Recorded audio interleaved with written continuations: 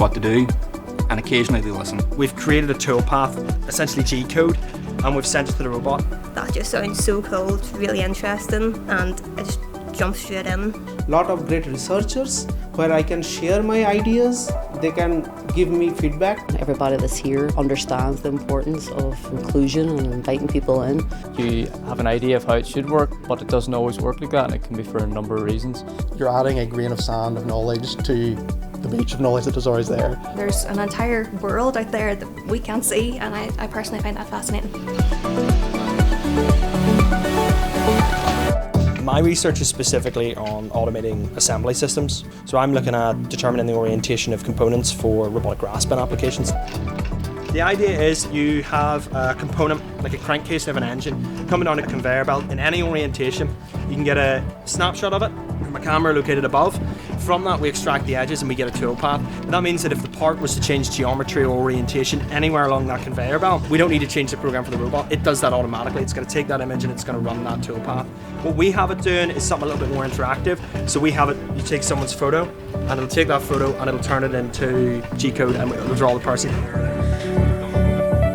This one here is the UR3. It's all to do with the gripper, and there's a few tools more flexible in the human hand. You can pick up just about anything with it. So in this case, if it detects a collision, the hand's going to open. So I can just fist bump it. And then I can place something in it, and if I give it a firm sort of whack in there, it detects it, closes, and off it goes.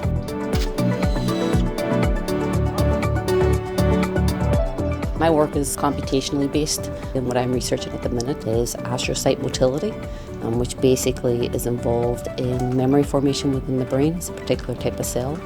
So I'm looking to assess if there's a possible way that astrocytes are involved in diseases such as Alzheimer's and dementia.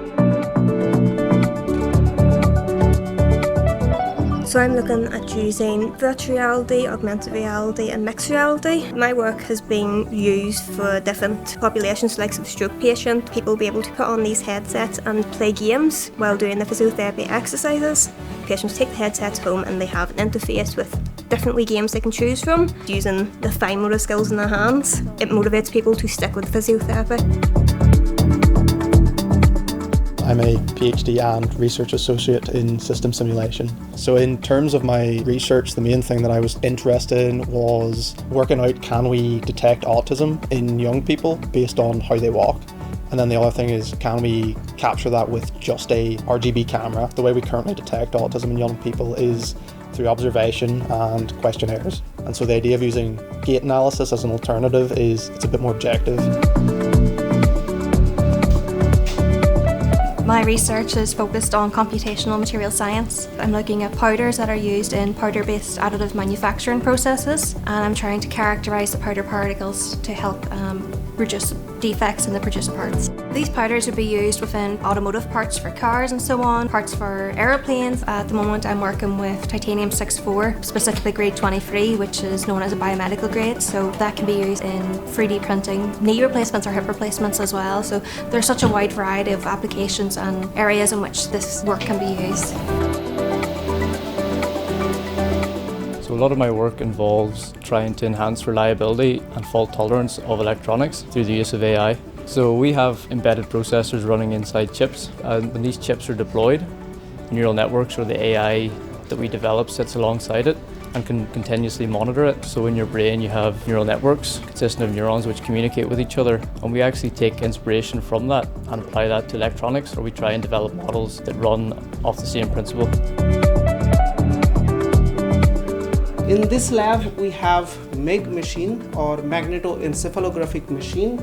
This machine is actually measuring the magnetic activity of our brain when we do the task, and then we use that brain activity to control a robotic arm that can assist stroke patients. So this device is basically focused on giving them neuroreplasticity or relearning of that particular activity.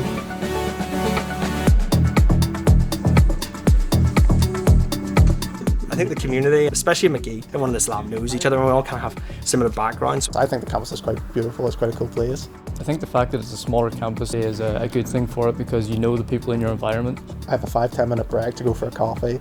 There's a few coffee places we can go to and we're walking up the stairs and you're looking out over the river and the bridge. Everyone's so supportive. We all talk when it's just like a big family. We all see each other struggling and getting stressed out of our work, but then also we see everyone else's successes and it's just amazing to see. Because if I get stuck in a rut, being able to turn around and go and chat to some of these guys, it can really pull you out of that. And of course, most important thing as well, really good burritos about 4 or 5 minute walk that way.